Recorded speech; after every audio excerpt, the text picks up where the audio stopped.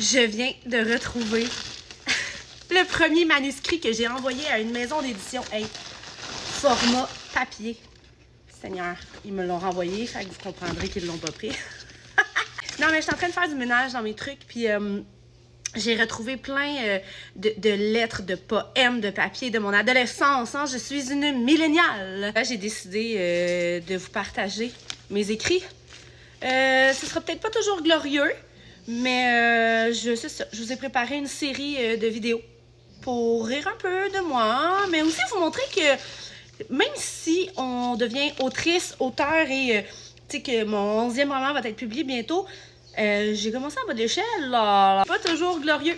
Ok, hey, j'avais ma lettre ici de présentation de mon roman qui, à la base, en fait, c'est pas mon premier manuscrit, c'est pas vrai, mais c'est le premier manuscrit que j'ai envoyé à des maisons d'édition en souhaitant qu'il soit publié. C'était anciennement Confession d'une coiffeuse frustrée. Vous comprendrez que par la suite, mon éditeur a décidé d'adoucir un peu mon titre et de changer ça pour quelque chose d'un petit peu plus positif, exaspéré. C'est un petit peu moins inquiétant que frustré. Fait que je vais vous lire ma lettre de présentation pour mon premier tome. Confession d'une coiffeuse frustrée, devenue confidence d'une coiffeuse exaspérée. Seul mon coiffeur le sait. Cette expression, Maria Lamoureux la connaît trop bien. À 27 ans, heureuse et amoureuse comme jamais, elle pratique le métier de ses rêves en travaillant pour sa mère, une coiffeuse exceptionnelle qui possède l'un des plus gros salons de la ville. Avec les années, elle réalise de plus en plus que malgré son amour et sa passion pour la coiffure, faire carrière dans le domaine de la mode et de l'artifice n'est pas toujours synonyme de plaisir.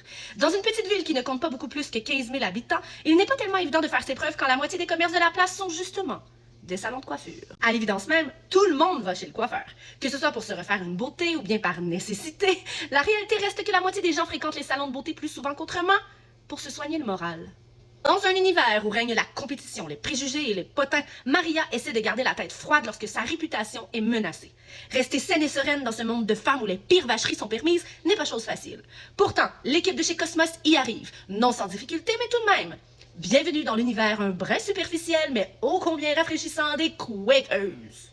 Parce qu'avouez-le, vous avez tous déjà rêvé de savoir ce qui s'y raconte réellement. Qu'est-ce que c'est ça, là? Comment dire? Auriez voulu, vous autres, présenter de même?